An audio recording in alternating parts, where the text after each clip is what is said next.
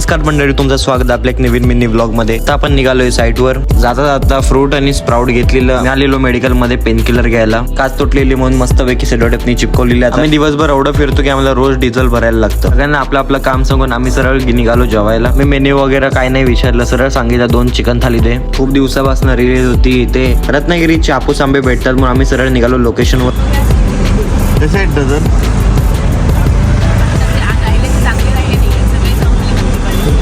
पप्पांना आणि काकांना डाऊट आला की हे रत्नागिरीचे आंबे नाहीत, पण पप्पा आणि काका चेक करायला लागले. आता लोकेशनवर पोहोचायला एवढं डिझेल फुकून आलो. आता फायनली घ्यायलाच लागलं. मग त्यांचा या आहे पहिला आंबा. आलेलो आता ONGC. गाडीमध्ये काहीतरी प्रॉब्लेम येत होता. एसीचं पाणी बाहेर पडायच्या बदले डायरेक्ट गाडीतच स्टोर होतं. हे बघा साईटवरची माती.